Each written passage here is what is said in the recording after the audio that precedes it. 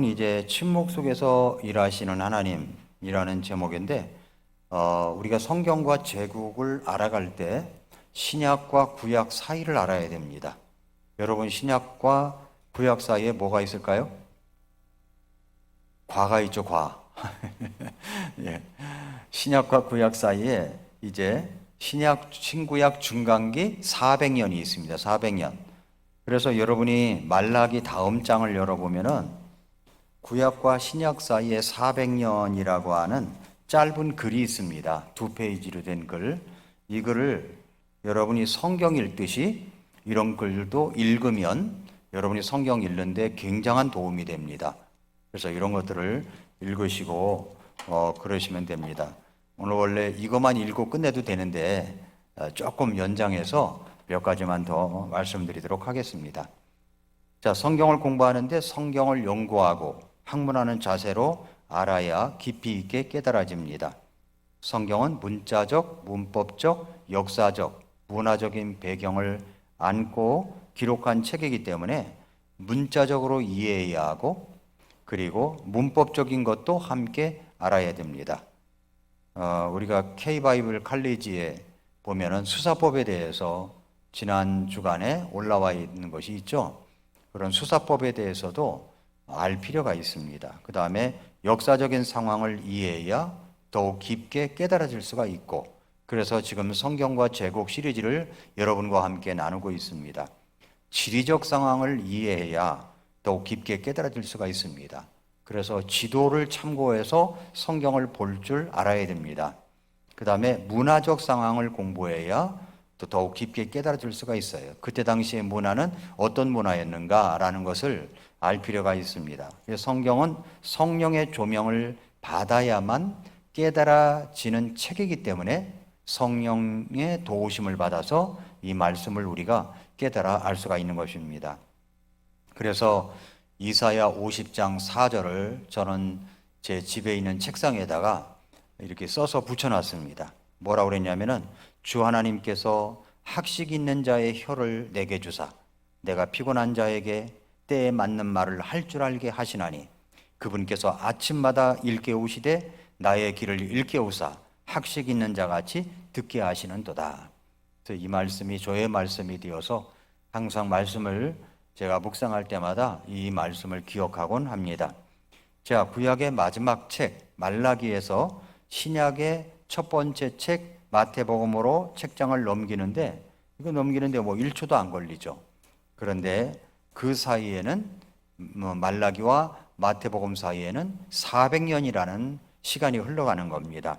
그래서 이것을 신구약 중간사라고 그래요. 신학교에서도 1학점짜리입니다. 신구약 중간사 하면은 1학점짜리예요. 구약의 마지막 책 말라기에서 신약의 첫 번째 책 마태복음까지 넘어가는 기간이 이제 400년이라 하는 겁니다. 그러면 신구약 중간기에는 어떤 역사가 있었는가? 이 강대한 왕조들의 교체가 있었습니다. 그리고 유럽의 판도가 두세 차례나 바뀌었어요. 유럽과 아시아 국가들의 국경선이 크게 달라졌고 새로운 문화들이 출현하기도 했습니다. 그래서 신구약 중간기 역사에서 구약 성경의 마지막 책인 말라기의 배경은 분명 어느 제국 시대일까요? 말라기는 어느 제국 시대? 페르시아 제국 시대입니다. 페르시아, 그렇죠? 페르시아 제국 시대예요. 그런데 신약의 첫 번째 책인 마태복음은 어느 제국 시대입니까? 로마 제국 시대죠. 그렇죠? 페르시아 제국 시대에서 로마 제국 시대로 넘어오는 과정이 있었다는 겁니다. 그런데 그 사이에 어떤 일이 벌어졌냐는 거죠. 어떤 일이 벌어졌느냐? 신구약 중간기는 페르시아 제국에서부터 시작해가지고 그리스 제국을 거쳐 그리고 유대의 마카비 혁명 그리고 하소몬 왕조, 헤롯 왕조 그리고 로마 제국의 통치가 들어가 있습니다. 그래서 신구약 중간기를 연구하자면 크게 세 부분으로 나누어서 우리가 고찰해 봐야 됩니다. 중간기 이전 역사, 그리고 헬라 제국과 중간기 역사, 그리고 로마 제국과 중간기 역사 이렇게 이제 봐야 되는 겁니다. 자, 다니엘과 팔레스타인 땅의 예언이 있어요. 여러분이 그 설교 노트에 보면은 나와 있는 것은 적그리스도와 이방인들의 때 해가지고 이제 그림이 나와 있죠. 띄워주세요. 그림이 나와 있는데 이 그림에 보면은 금으로 된 거는 바벨론이고, 그죠? 그리고 이제 은으로 된 것은 메데와 페르시아, 그리고 동으로 된 것은 그리스, 헬라죠. 철이 된 것은 로마, 철과 진흙은 열국시대. 이렇게 해서 이걸 볼 줄 알아야 돼요. 이게 어디 나옵니까? 이게 다니엘서 2장에 나와 있는 내용이죠. 그렇죠? 느부갓네살의 꿈을 다니엘이 해석을 한 겁니다. 그래서 이렇고 그 다음에 페르시아에 잡혀간 포로로 잡혀간 유대인들은 70년간 종살이를 하다가 유대 땅으로 돌아왔습니다. 페르시아가 패권을 잡았기 때문이죠. 그래서 페르시아의 통치는 약 200년간이었어요. 200년간. 페르시아의 통치가 200년간. 그래서 그 제국 시대의 쭉 내용을 보니까 이렇게 되어 있어요. 바벨론 70년. 네. 그 그림을 띄워 주세요. 예, 바벨론 70년. 그다음에 또 페르시아가 200년. 그죠? 이집트의 프톨레마이오스 왕조가 100년. 네, 그렇게 되고 시리아 통치자 셀레우코스 왕조가 바로 34년. 그리고 시리아 통치자 셀레우코스 왕조가 34년. 그리고 유대가 독립한 것이 100년. 그리고 로마의 점령 BC 63년, 예수님의 탄생이 BC 4년. 이렇게 이제 진행이 되는 겁니다. 자, 그럼 팔레스타인의 주인이 바뀌고 바뀝니다. 바뀌고 바뀌어서 그 다음 장면 넘겨줘 보세요. 첫 번째가 이제 바벨론이 첫 번째 주인이에요. 첫 번째 주인이 바벨론입니다. 바벨론 땅입니다. 바벨론 땅. 이렇게 땅이 바벨론이 이 정도에 차지하고 있었다. 그럼 바벨론은 70년 동안 이제 유다를 지배하는 내용이 나옵니다. 이것이 이제 첫 번째 왕조고, 그 다음에 두 번째 제국, 두 번째 왕국은 뭐냐면 페르시아입니다. 페르시아. 페르시아는 BC 538년부터 330년까지. 그래서 이렇게 지도를 보면 페르시아 제국에 녹색으로 된 것이 페르시아 제국입니다. 그리고 페르시아 제국의 영토와 현대 지명이 나와 있어요. 현대 지명이. 그 다음 것이 없나요? 없나 보네. 거기 보면은 이제 페르시아 제국이 있으면 여기에 이란, 이라크, 시리아, 터키, 튀르키예죠. 이집트, 투르크메니스탄, 우즈베키스탄, 아프가니스탄, 파키스탄 이렇게 해서 페르시아 제국이 쭉 이제 연결되는 것을 볼 수가 있습니다. 그러니까 성경에 나타난 포로 시대의 주인공들은 바로 페르시아의 왕들을 배경으로 하고 있다 하는 겁니다. 그러니까 아무래도 이제 200년 동안이나 페르시아 제국 휘하에 있었으니까 그렇다고 볼 수가 있죠. 마지막 대언자 말라기도 페르시아 제국의 배경으로 마무리가 되는 겁니다.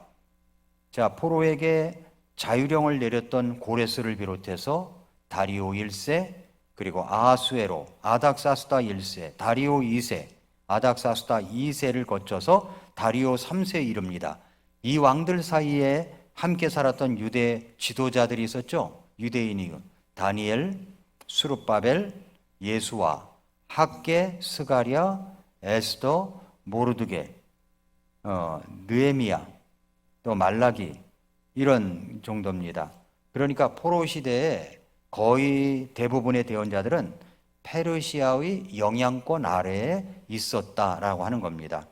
우리는 이동안에 일어났던 이제 성경의 여러 가지 사건들을 기억할 수가 있죠. 그래서 성경을 읽어보면 나옵니다. 그래서 예루살렘으로의 귀환, 성전 재건, 그리고 성경의 사건들을 기억할 수가 있습니다. 그 새로운 포로 귀환 공동체가 생기는 거죠. 그래서 후대에 이르러 역사는 이 포로 시대 때 이 이스라엘 사람들을 가리켜서 뭐라고 그러냐면은 유대인, 유대교라고 그렇게 명명을 했습니다. 구약의 왕국 시대까지는 유대교라는 이름을 쓰지 않았어요. 유대교라는 이름을 나라가 없어진 이후에 과거 왕국의 어떤 조직이 아닌 새 공동체로 남으면서 나라가 없으니까 유대교라는 이름이 생성이 된 겁니다. 그렇죠? 그래서 이렇게 명명하게 된 가장 큰 중심 인물은 누구냐면은 바로 에스라죠. 에스라. 그래서 새로운 정체성을 띠고 역사에 등장하게 된 다윗 가문의 후손 유대인을 꿈꾼 사람입니다. 포로기환 백성들의 생활도 점점 달라졌어요. 페르시아 말기, 그러니까 에스라 후에 100년부터는 자체 화폐를 찍어내도록 해주었고 내국세를 징수하는 정도의 권한까지도 허용한 것으로 보입니다. 유대 제사장 가문의 이름이 들어가 있는 찍힌 항아리 손잡이가 발견된 것을 보면은 이미 이때부터 유대인 제사장이 페르시아의 총독으로서 행정관 역할을 한 것이 아닌가 그렇게 이제 생각이 됩니다. 이때는 이미 대다수의 유대인들이 히브리어 대신 그 당시 공용어였던 아람어를 썼습니다. 아람어. 대부분 일상적 공용어로 아람어를 썼지만은 히브리어도 기독교 초기까지 계속 히브리어를 유지해 왔던 것을 볼 수가 있습니다. 그 다음에 이제 세 번째 주인이 나옵니다. 세 번째 주인은 뭐냐면 그리스 제국이에요. 그리스 제국. 자,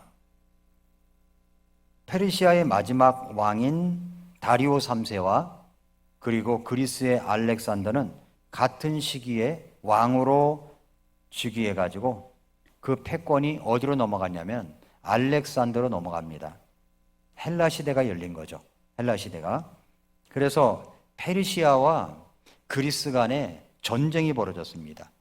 고레스 2세 때 메데와 페르시아를 통일하고 당시 근동에서 가장 부유했던 리디아를 삼킨 페르시아의 고레스 왕은 그리스도인들이 이주에 살고 있던 이오니아 지방과 그리고 에게해에서 동쪽으로 인도에 이르는 광활한 영토를 이제 차지하고 마침내 바벨론 제국까지 점령해서 명실공히 이제 대제국의 주인이 됩니다. 고레스 2세가 왕이 되어 가지고 리디아를 정복하기 전까지는 페르시아는 시장도 없었고 사치도 낭비도 할 줄 모르는 아주 가난한 나라였습니다. 그러나 그 이후에 페르시아는 황금의 제국이라는 이런 별명을 얻을 만한 그런 부유한 나라가 됩니다. 이것은 고레스 왕이 바벨론 제국의 어떤 정책이었던 중앙 집중화, 바벨론은 중앙 집중화를 채택했는데 이 페르시아는 중앙 집중화를 채택하지 않고 오히려 지방화, 그러니까 여기서 지방이라는 것은 각 나라들을 말하는 거잖아요. 그 나라들을 위한 지방화 정책을 펼쳐가지고 바벨론이 여러 나라에서 끌어왔던 포로들을 돌려보낸 겁니다. 각 나라로. 그래서 유대인들도 돌아가게 된 거죠. 이 정책은 이제 광활한 제국에서 각 지역의 경제를 활성화시켜서 많은 세금을 거두어들인 겁니다. 세금을 거두어들여 가지고 이것을 상당히 효율적으로 세금을 거두어들여서 페르시아가 정말로 놀라운 부유한 그런 모습을 제국이 되었다는 겁니다. 그 좋은 예가 바로 70년간 황폐했던 예루살렘이 활성화됐다는 겁니다. 그래서 페르시아 국민들의 존경을 이제 한 몸에 받았던 고레스가 이제 죽었습니다. 그랬더니 그의 아들 캄비세스가 페르시아의 두 번째 왕이 됩니다. 7년 5개월이라는 이 짧은 집권이었지만 이집트를 정복했어요. 이집트를. 그러나 캄비세스는 젊은 나이에 후사도 못 남기고 죽었습니다. 캄비세스가 죽자 페르시아는 나라의 중진 7명 중에서 3왕을 선출했는데 그 왕이 바로 다니엘서에 나오는 다리오 왕입니다. 다리오 왕. 그는 이미 총독직을 경험한 아주 노련한 정치인이었어요. 그 다리오는 왕위에 오르기 전에 이미 결혼해가지고 여러 자식을 두고 있었는데 그러나 페르시아 왕의 정통성을 가지기 위해서 이제 고레스의 딸 아토사를 또다시 아내로 맞이합니다. 그래서 다리오 왕과 아토시아와의 사이에서 태어난 장남이 바로 에스더의 남편 아하수에로 왕, 그러니까 크세르 크세스 아하수에로 왕이 되는 겁니다. 크세르 크세스는 페르시아식 표현으로는 크사야 르사라고 해요. 크사야 라사. 히브리식 표현으로는 아하수에로라고 하는 거예요. 히브리식 표현으로는 아하수에로. 왕위를 계승받기 전 12년 동안 이미 부왕으로서 아버지를 보좌했던 그런 경력을 갖고 있습니다. 그래서 페르시아 제국은 아하수에로, 역사적 이름은 크세르 크세스 왕 때 역사상 가장 넓은 제국을 차지했었습니다. 페르시아 제국이. 그 당시 페르시아의 영토는 동쪽으로는 현재 파키스탄, 서쪽으로는 중앙아시아와 서아시아, 그리고 북쪽으로는 마케도니아, 남쪽으로는 시나이 반도를 거쳐서 이집트까지 뻗어 있었던 겁니다. 왕국의 길이가 6,400km였어요. 그리고 총면적은 480만 제곱킬로미터였고 인구는 2천여만 명에 이르러서 미국 대륙과 맞먹을 정도가 된 겁니다. 그래서 다리오 왕과 그 아들 아하수에로 왕이 계속해서 그리스를 침공을 하는 거예요. 그리스를 침공하였다가 전쟁에서 지는 바람에 페르시아 제국은 힘을 잃어가고 있었습니다. 결국은 다리오 3세 때 그리스 북쪽에 있는 마케도니아의 알렉산더에게 이제 제국의 자리를 내어주게 된 거죠. 첫 번째와 두 번째 그리스 침공은 다리오 왕이, 세 번째 그리스 침공은 아하수에로 왕이 한 일이었는데 그거 실패한 거죠. BC 492년 다리오 왕의 첫 번째 그리스 침공이었는데 제대로 공격해보지도 못해보고 심한 폭풍으로 페르시아 함대 300여 척을 침몰돼 가지고서 돌아오는 일이 있었고, BC 490년에는 다리오 왕의 두 번째 그리스 침공이 있었는데 그리스에게 아주 놀라운 승리를 안겨준 거예요. 그래서 그때 유명한 마라톤 전투가 있었던 겁니다. 마라톤 전투는 그리스 병사가 42.195km를 달려가서 그리스의 승리를 알렸다는 것을 유래로 해가지고 오늘날의 마라톤의 기원이 된 것입니다. 또 살라미스 해전이 일어났어요. 그 세계 4대 해전 중에 하나인데 살라미스 해전이 다리오 왕이 죽은 후에 아하수에로 왕이 아버지의 뒤를 이어 그리스를 침공했는데 이 아하수에로 왕이 46개국에서 군대를 모아가지고 전함 1207척과 50개가 되는 노로 항진하는 특별 대형 선박들을 이끌고서 그리스를 침공했는데 살라미스 해전에서 그리스 연합군에게 패합니다. 져버려요. 그래서 아하수에로 왕은 살라미스 해전에서 연합군에게 패배하고 그대로 지상군은 그대로 남아있는 상태인데 아하수에로 왕은 그의 부하 장수 마르도니우스에서 지상군을 위임합니다. 그러나 지상군마저도 플라타이아 전투와 미칼레 전투에서 그리스 연합군에게 굴욕적인 패배를 당하고 살아남은 소수만 페르시아로 돌아갔다는 겁니다. 영화 중에서 300이라는 영화 있어요. 300이라는 영화에서 아주 무시무시하게 분장한 배우가 바로 아하수에로 왕입니다. 아하수에로 왕. 에스더의 남편이죠. 아하수에로 왕이 4년간의 그리스의 원정을 마치고 돌아온 후 7년째 에스더를 왕비로 맞이했다고 기록하고 있는 겁니다. 예루살렘으로 1차 기환과 2차 기환 사이에서 일어나는 사건이 바로 에스더 이야기예요. 에스더 이야기. 아하수에로 왕은 즉위한 지 20년째 자신의 친위대장 아르타바누스에게 암살당해서 죽습니다. 그리고 에스더 이야기 이후에 이어지는 3차 포로 기환의 지도자 느헤미야는 아하수에로 왕이 죽고 그의 아들 아닥사스다가 왕이었을 때 느헤미야가 돌아왔다 하는 겁니다. 자, 이렇게 세 번째 주인이 끝납니다. 자, 그러면 이제 네 번째 주인으로 넘어갑니다. 네 번째 주인은 프톨레마이오스 왕국입니다. 프톨레마이오스 왕국. 자, 여기서 알렉산더가 일찍 죽었어요. 일찍 죽었습니다. 그런데 후계자를 정할 틈이 없었습니다. 그래서 부하들이 여기서 충돌을 하죠. 프톨레마이오스와 셀레우쿠스 양대 기둥으로 이제 나라가 세워지게 되는 겁니다. 예, 프톨레마이오스는 이집트, 그리고 셀레우코스는 바벨론 땅, 이렇게 이제 나누어지게 되는 거죠. 그래서 팔레스타인 지역 있죠. 이스라엘이 있는 지역은 두 세력이 충돌하는 지역이었어요. 두 세력이 충돌하는 지역이었다. 처음에 팔레스타인, 이 프톨레마이오스 왕국으로 넘어가는데 포로기환 공동체 후손인 100년간 헬라인 왕이 이집트의 지배를 받습니다. 프톨레마이오스 왕국의 지배를 받아요. 알렉산더의 헬라가 아닌 이집트 헬라의 속국이 된 거죠. 그리스의 속국이 된 거예요. 그래서 아브라함 때부터 유대인 디아스포라들은 이집트 거류민으로 많이 살아왔었는데 프톨레마이오스 1세는 알렉산더 대왕을 기념해서 지중해를 낀 해변에 알렉산드리아라고 하는 도시를 만들었습니다. 그리고 그것을 이제 수도로 삼은 거예요. 이 도시는 오늘날까지도 대도시입니다. 대도시. 그래서 역사 속에서 아주 중요한 도시입니다. 예수님 당시에는 이 도시에서 약 100만 명의 유대인 디아스포라들이 있었습니다. 유대인들은 이집트의 거류 민단이었던 셈이죠. 사도행전에서 만나는 아볼로라는 사람도 알렉산드리아 출신이라고 되어 있습니다.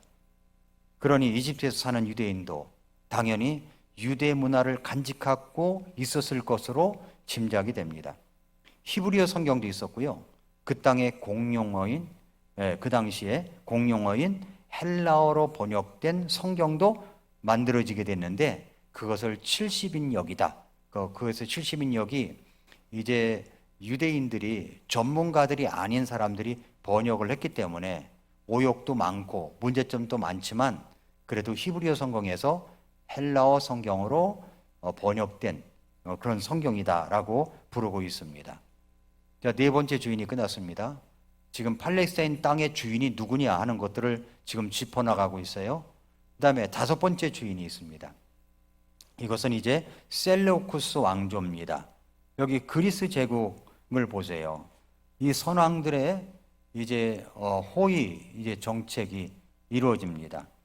자, 셀루쿠스 왕조는 안티오쿠스 3세, 그러니까 유대인들에게 호의적이었습니다. 포로 석방령을 내렸고 세금 면제를 해줬고 그리고 율법에 따라 그들이 하나님을 섬길 수 있도록 해주고 그 다음에 그들이 하나님 앞에 또 제사를 지낼 수 있도록 국가 보조비도 약속하고 그렇게 이제 제사장들에게도 세금 면제해주고 유대인 공동체에 의해 마련되었던 그런 어떤 제사를 위한 땔감도 면제해주고 성전 수리 공사비도 보조를 해줬습니다.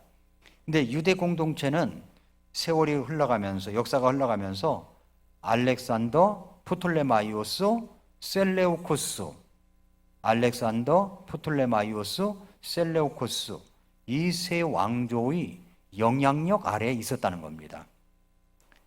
그래서 결국 헬레니즘 문화의 영향권 아래에 있어서 온 세상이, 온 세계가 헬라화 되는데 유대인들도 알게 모르게 이 문화의 영향에 빠질 수밖에 없었어요.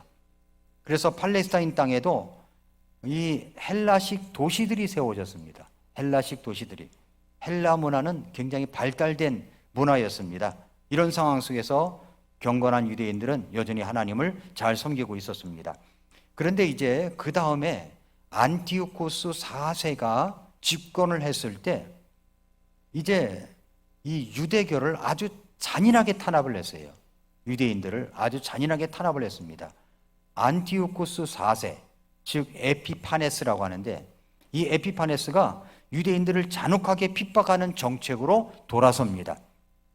정복민들에게 호의적인 이 선왕들의 정책을 뒤집어 가지고 이제는 적대적으로 돌아선 겁니다. 그래서 중간기 역사 중에 아주 중대한 사건이 일어나게 되는 장본인이 된 거죠.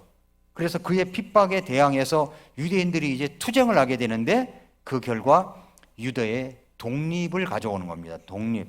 그것이 이제 독립을 가져오는 전쟁이 마카비 전쟁이라고 그래요. 마카비 전쟁.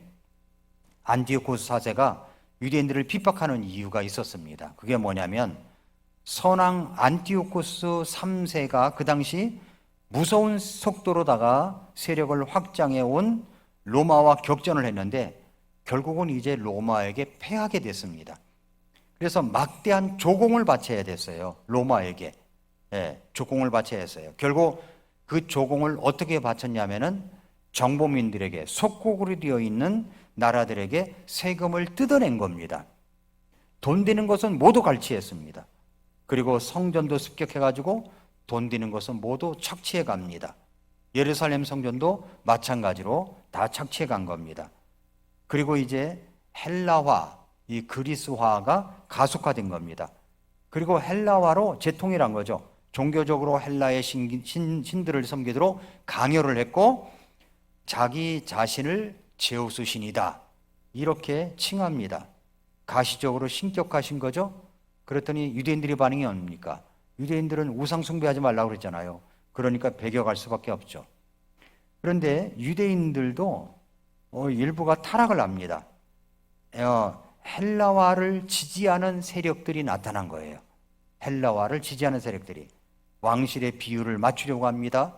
이집트 왕실은 돈을 바치는 사람을 끼고 정치를 합니다. 대제사장직도 매매를 합니다. 그리고 또 헬라식 운동 경기를 여는데 나체로 운동을 임기를 열고 그리고 할례의 표시가 부끄러워서 재수술을 받는 사례도 나타나고 이런 일들이 이제 그때 당시에 일어난 거예요. 안티오코스 4세는 BC 167년이니까 중간기잖아요. 중간기. 이때 유대 양민들을 급습합니다. 부왕이 내렸던 유대인들에 대한 특례를 갖다가 완전히 폐지하고 유대인의 모든 관습을 금하는 칙령을 공포하면서 그리고 하나님 앞에 드리는 희생 헌물도 금하고 안식일과 절기 행사도 금지하고 율법의 어떤 사본을 파기 명령하고 할례를 금지하고 어길 경우 사형에 처합니다. 그리고 이 이교계의 제단들을 도처에 세워서 예루살렘 성전 안에 제우스 신의 제단을 세우고 숭배하게 합니다. 돼지고기를 제물로 올려놓기도 합니다. 이렇게 하니까 유대인들이 그냥 있을 수가 없죠. 그래서 마카비 6번째로 마카비 혁명이 일어나게 된 겁니다. 마카비 혁명이. 마카비가 하소몬 왕조 기간이라고 그랬어요. 하소몬 왕조와 이때 헤롯 왕조가 나타나는데 이 잔인한 탄압에 대한 유대인들의 반란과 무장 골기를 합니다. 그러니까 율법과 언약에 열심이었던 제사장 가문의 이 마따디아는 그의 아들들이 요한, 시몬, 유다, 엘르아살, 요나단 그 아들들과 함께 이 탄압에 대해서 투쟁을 벌여요. 그 전쟁이 일어납니다. 결국은 승리를 합니다. 승리. 그래서 안티오코스 4세에게서 이제 독립을 하죠. 여러분이 받은 이제 그 설교 노트에 보면은 마카비 혁명 거기에 지도가 하나 나오죠? 지도가 나옵니다. 그 지도를 한번 봐보세요. 안티오코스 4세에게서 독립을 하는데 이것을 가리켜서 마카비 운동이라고 하는 겁니다. 마카비 운동. 마카비라는 뜻은 마따디아의 셋째 아들 유다의 별명이에요. 쇠망치라는 뜻을 갖고 있습니다. 이 승리로 인해서 유대 공동체는 한 100여 년 동안 독립을 하게 됩니다. 바벨론에 피하면서 이런 주권을 비로소 찾았으니까 약 400년 만에 독립을 하게 된 거죠. BC 166년 유다의 마카비가 안티오코스 4세를 물리치고 나라를 되찾았고 그 다음 해인 BC 165년에는 예루살렘 성전을 아주 청결하게 합니다. 성전을 수리하고 성전 보수 작업을 하고 이를 기념하는 명절이 바로 신약에도 나오는 수전절이라고 그래요. 수전절. 자, 이렇게 독립한 유대 포로기환 공동체 후손의 나라를 가리켜서 하소몬 왕지라고 하는 거예요. 하소몬 왕조. 이건 성경에 나오지 않지만 신약과 구약 사이에 그 400년, 신구약 400년 거기에 요약한 것을 보면은 여러분이 지금 제가 설명한 것을 듣고 그걸 읽으면 쉽게 더 이해할 수가 있습니다. 하소몬 왕조가 제4대에 이르렀을 때는 예루살렘 동남쪽에 이두메, 그러니까 에돔 지역까지 정복을 하게 됩니다. 이때 이 지역을 다스리기 위해서 총독을 세워요.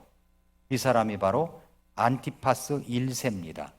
BC 78년에 죽었지만 그는 본래 에돔을 다스리던 왕이었어요.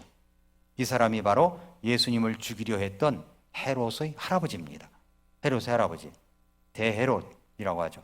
그러나 하소몬 왕조에 조공을 바쳤던 이 헤롯 가문은 갑자기 이제 돌변을 합니다.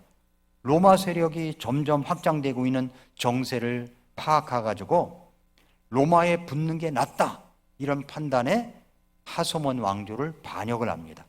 배반을 하고 로마와 손을 잡고 출발해서 헤롯 가문은 로마의 허락 아래 허락을 해가지고 유대인의 왕이 돼버려요. 이게 유대인 왕이 돼버립니다.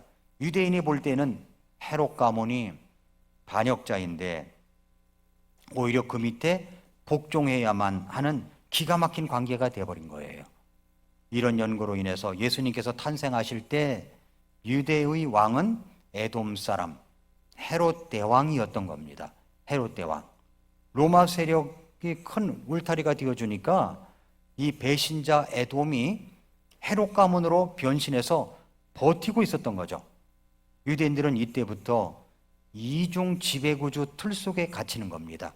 로마에 갇혔죠. 헤롯 가문의 억압을 받았죠. 그러니까 이중으로 억압을 받게 된 겁니다. 근데 이 마카비 시대에 유대교가 부흥을 해요. 마카비 운동의 시작은 5 형제의 아버지 마따디아라고 그랬죠. 유대 공동체, 아주 국가가 아니라서 이제 유대 공동체, 제사장들이 중심 인물이었기 때문에 늘 신정적 통치가 있었고 그 사회를 내적으로 이끄는 지도급은 바로 누구냐면 성전 지도자들이었습니다. 이 잔인한 안티오코스 4세의 학정은 성전 핍박으로 나타나게 됩니다. 그래서 이 싸움은 성전 문화를 고소했다는 의의가 있습니다. 이 전쟁에서 승리한 유대인들은 제일 먼저 성전부터 청결하게 했던 것입니다. 하소몬 왕조는 어떤 특징이 있는 게 당연할까요? 바로 성전 회복이죠. 성전 회복. 율법과 성전을 중심으로 더욱더 열심을 내고 부흥하게 되는 문화를 낳게 됩니다. 지금까지 여러 종주국의 이 팔레스타인 지배를 받아왔었잖아요. 그런데 마카베 시대에 자유에 이르렀으니까 이분들이 얼마나 하나님을 잘 섬기고 싶었겠습니까? 그래서 이 마카비 시대에는 소위 유대교가 제도적으로 다져지는 시대라고 할 수 있습니다. 유대교가 제도적으로 다져지는 시대입니다. 이런 걸 알아야 여러분이 신약의 마테마가 누가 요한복음을 읽을 때 이해가 빨리 옵니다. 바로 이 마카비 시대에 유대교가 신약 시대, 즉 예수님 시대의 영적 배경이 되는 겁니다. 에스라의 종교 교육의 복음가는 개혁이었다라고 하는 겁니다. 그럼 어떤 일이 일어났습니까? 율법 중심의 사회로 변화가 되죠. 마치 에스라 때 모세 오경의 재발견과 다르지 않습니다. 그러니까 에스라와 느헤미야에 의해 주도된 새 공동체도 토라를 연구하고 가르치고 그리고 지켰습니다. 그러니까 당연히 개혁 운동의 중심에는 율법이 있었던 거예요. 구약 성경, 율법이 있었던 겁니다. 그래서 이들은 이제 성경으로 돌아갑니다. 성경으로 돌아간다고 할 때는 그때는 이제 신약 시대가 아니니까 구약 성경이겠죠. 말씀을 배우고 나면 과거에 일어났던 사건의 의의를 알게 됩니다. 그래서 이제 그대로 해보고 싶어지는 거죠. 안식일, 또 할례, 정결의식, 11조, 성전과 제사, 규례 등 성경이 말씀하는 대로 살고 싶어지는 것이었습니다. 그래서 유대인, 새 이스라엘 공동체의 특성이 여기서 이제 드러나게 됩니다. 율법을 높이다 보니까 그 율법에 나타나는 제사 행위는 당연히 아주 중요한 요소가 되었습니다.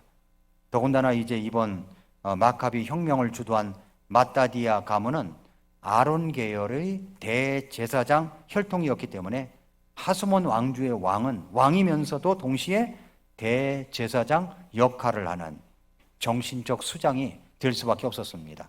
그러다 보니까 앞으로 흘러가는 유대의 공동체 역사 속에서도 누가 제사장이냐, 이 말은 곧 누가 권력자냐로 이렇게 이야기할 수가 있다는 거죠. 신약에서도 마찬가지입니다. 예수님께서 공생의 첫 유월절에 예루살렘에 올라가서 성전 안에서 재물을 사고 파는 사람들을 다 내쫓았습니다. 이 성전도 바로 이 흐름 속에서 이해해야 되는데, 대제사장은 그때 당시에 실권자였어요. 그래서 성전 안에서 물건을 사고 파는 그 허가를 하고 그렇게 해서 수입을 잡았던 사람들이 바로 대제사장이었다는 것입니다. 예수님 시대에 대제사장 부류들이 성전에서 경제권을 휘두르고 있었다 하는 겁니다. 상권을 쥐고 있었던 거죠. 이들은 로마 시대에 엄청난 재력가였다는 겁니다. 자, 그 다음에 이제 마지막 7번째 주인입니다. 7번째 주인은 로마입니다. 로마예요. 자, 로마는 하루아침에 이루어지지 않았다, 그런 말이 있죠. 세계사에서 가장 큰 제국이었던 로마도 처음 BC 8세기경에는 이탈리아 반도의 중간쯤에서 생겨난 아주 작은 도시였습니다. 도시국가 로마는 점점 힘이 강대해져서 BC 270년경에는 이탈리아 반도를 완전히 통일해 버렸어요. 이때 잡아온 노예들을 검투사로 만들어 가지고 즐기기도 했어요. 검투사. 노예들을 특히 스파르타쿠스, 검노라고 불렀어요. 검노. 그래서 영화 글래디에이터, 이 검투사라고 하는 영화가 바로 그런 배경입니다. 검노들이 이제 반란을 일으킵니다. 검노 반란군이 10만 명까지 이르게 됩니다. 반란군 진압을 위해서 원로원은 폼페이우스, 크라수스를 임명합니다. 이들이 이제 성공해가지고 검노들의 반란을 완전히 종식시켜 버립니다. 그 이후에 이 두 사람은 한 사람을 더 가입시켜서 원로원을 누르고 유명한 삼두 정치를 하게 됩니다. 그 중에 한 사람이 바로 율리우스 카이사르예요. 가이사라고 그러죠. 율리우스 카이사르. 카이사르는 이렇게 해서 역사에 등장하게 되는 겁니다. 그 이후에 카이사르는 갈리아, 지금의 프랑스 지역, 북이탈리아 지역을 점령해서 엄청난 숫자의 부족들을 평정을 합니다. 폼페이우스 장군 역시 여러 지역을 출정을 해가지고 나라들을 합병합니다. 특별히 동방으로 진출해서 터키 지역과 시리아 등지를 정복합니다. 그리고 BC 64년에 다마스커스를 점령한 후에 시리아주를 만들더니 1년 후에는 그 아래로 눈을 돌려서 급기야 유대를 정복하게 된 겁니다. 그래서 로마의 지배 아래 들어간 거예요. 에돔 총독이었던 안티파스가, 아까 말씀드렸죠? 에돔 사람 안티파스가 에돔을 다스리던 지역에 어떤 총독으로 임명했었는데, 이 시세를 쫙 보니까 이제 로마의 지배 아래 모든 것이 가니까 이 폼페이우스를 도와서 예루살렘을 정복하는데 일조를 하게 됩니다. 역사가 요세포스는 이 전쟁으로 1만 2천 명이 죽었다고 기록하고 있어요. 마카비 혁명으로 시작된 유대의 독립이 약 100년 후에 다시 로마에 의해서 무너지는 순간이었습니다. 그래서 BC 63년에 폼페이우스 장군이 예루살렘을 함락시킨 이 사건을 시작으로 유대 땅에 로마 통치 시대가 오게 된 겁니다. 하소몬 왕조의 힐카노스 2세는 항복하고 조공을 바치기로 하죠. 이로 인해서 힐카노스는 더 이상 왕이 아니죠. 이제 대제사장으로서 유대를 다스리게 됩니다. 이 폼페이우스가 그렇게 임명을 했어요. 그리고 안티파터, 이 대헤롯의 아버지입니다. 안티파터는 집정관이라는 이름으로 유대 지역을 다스리게 된 겁니다. 이때부터 하소몬 왕조 수하에 있던 헤롯 가문은 공공연히 유대 지역의 정치가로 등장하기 시작합니다. 그 이후에 폼페이우스의 카이사르는 패권을 놓고 싸웁니다. 결국 카이사르는 이집트에서 폼페이우스를 제거하고 카이사르는 여기서 그 유명한 클레오파트라를 만나게 되는 거예요. 이 일로 클레오파트라는 이집트의 프톨레마이오스 왕조의 여왕으로 등극을 합니다. 프톨레마이오스 왕조라는 이름으로 흘러고 있었던 이제 이집트인데, 카이사르는 그 후에 아프리카와 스페인 싸움에서도 승리해가지고 로마의 영토를 굉장히 넓혀나가는 것을 볼 수가 있습니다. 카이사르는 최초로 로마를 통일하는 주인공이 된 거죠. 유대의 힐카노스 2세, 하소몬 왕조죠. 힐카노스 2세와 에돔의 안티파스는 이제 카이사르를 섬길 수밖에 없었어요. 카이사르는 마카비 가문의 힐카노스 2세를 한 지역의 총독 정도로 임명해 버렸지만 안티파트가 유대의 집정관이 됐다고 그랬죠. 그리고 나서 안티파트의 세력이 점점 더 확장되어 가는데, 그는 작은 아들 헤롯을 갈릴리 총독으로 임명하는데, 이 아들이 바로 대헤롯이란 말입니다. 대헤롯. 그러던 중에 카이사르는 그의 충신이었던 브루투스에 의해서 살해되어서 일생을 마감합니다. 이때가 BC 44년이에요. 카이사르는 최초로 청화통일을 했지만 황제라는 칭함을 받지 못했어요. 카이사르가 죽은 후에 로마의 힘싸움은 카이사르의 양아들이었던 옥타비아누스, 이제 아우구스투스라고 하는데, 승고한 사람이라는 칭호를 나중에 받았는데, 카이사르의 신하였던 안토니오스 두 사람에게로 옮겨갑니다. 그러던 와중에 안티파터는 BC 43년에 살해를 당했고, 그의 아들 대헤롯은 정치적으로 공공에 빠집니다. 이 파르티아인들, 지금의 이란 북부 지역인데, 이제 이분들도 이제 오순절 때 여기서 온 사람들이 베드로의 설교를 들었다고 사도행전 2장 9절에 나와 있어요. 그때 이 헤롯을 공격한 거죠. 그런데 문제는 이 전쟁이 유대 마카비 하소몬 가문 중 한 사람인 안티오구누스와 파리티아인들의 연합전이었다는 겁니다. 대헤롯은 결국 이집트로 도망을 해요. 이집트로. 그런데 그 후에 이제 로마를 갑니다. 그리고 대헤롯을 쫓아낸 안타고노스는 다시 하소몬 왕조를 다스리게 됩니다. 그래서 로마로 간 헤롯은 거기서 로마에서 활동을 시작한 거예요.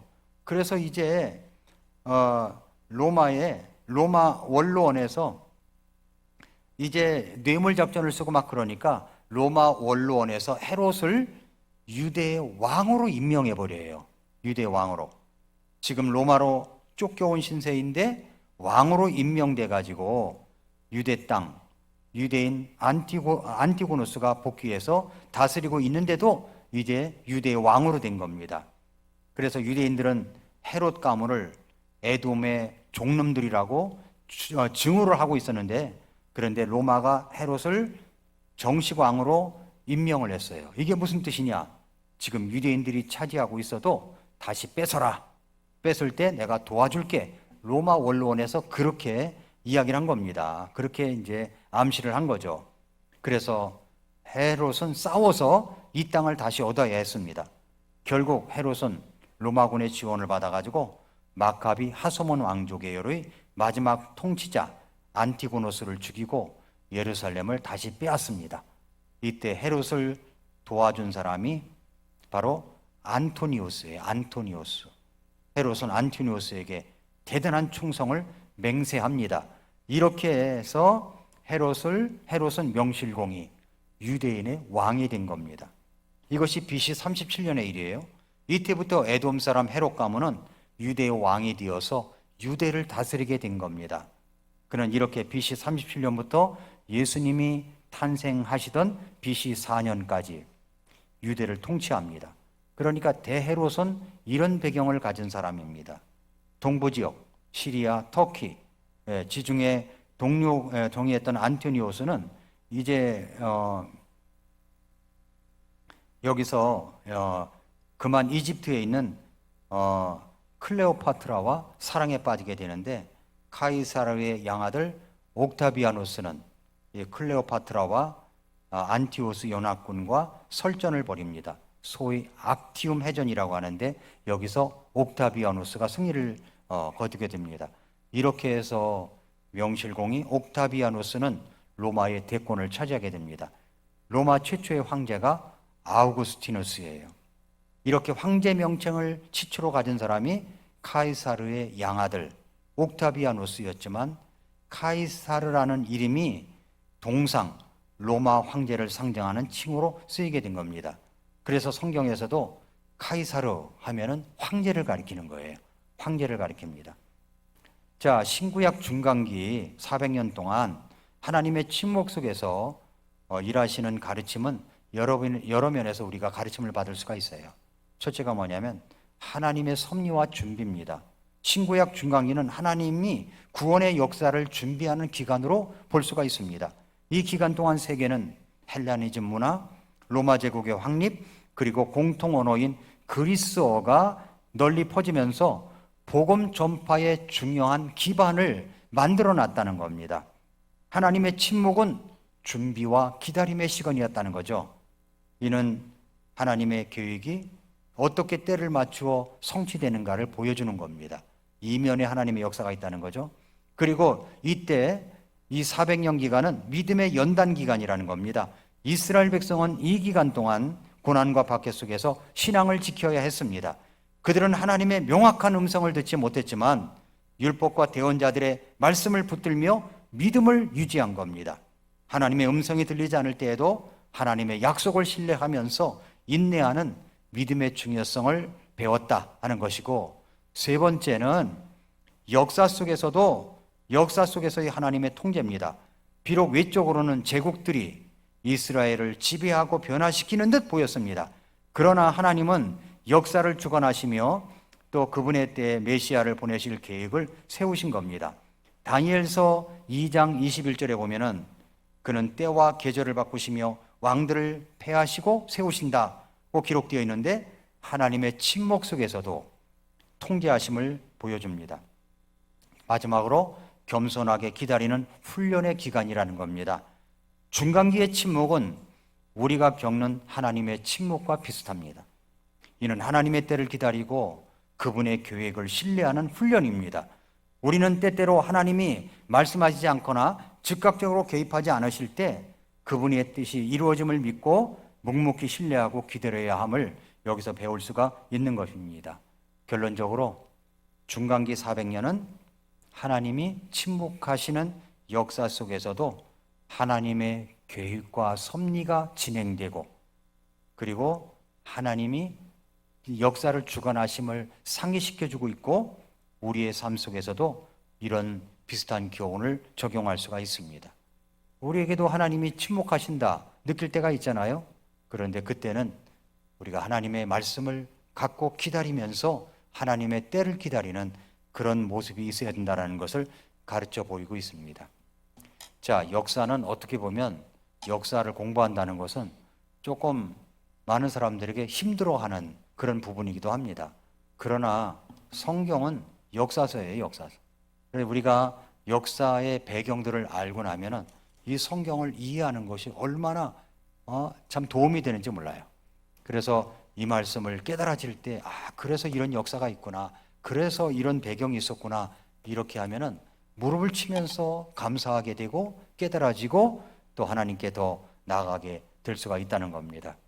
그래서 이 신구약 400년 동안 하나님께서 어떻게 이제 페르시아 제국서부터 시작을 해가지고 이 400년 동안에 어떤 제국들이 유대 땅, 이 팔레스타인 땅을 지배했는가, 7개 제국을 훑어서 나갔습니다. 7개의 나라들을 나갔습니다. 여러분이 또 한번 수요일 날 저녁 이 말씀을 한 번 더 들어보시면 성경을 더욱더 이해하는 데 도움이 될 것이라고 믿습니다. 기도하겠습니다.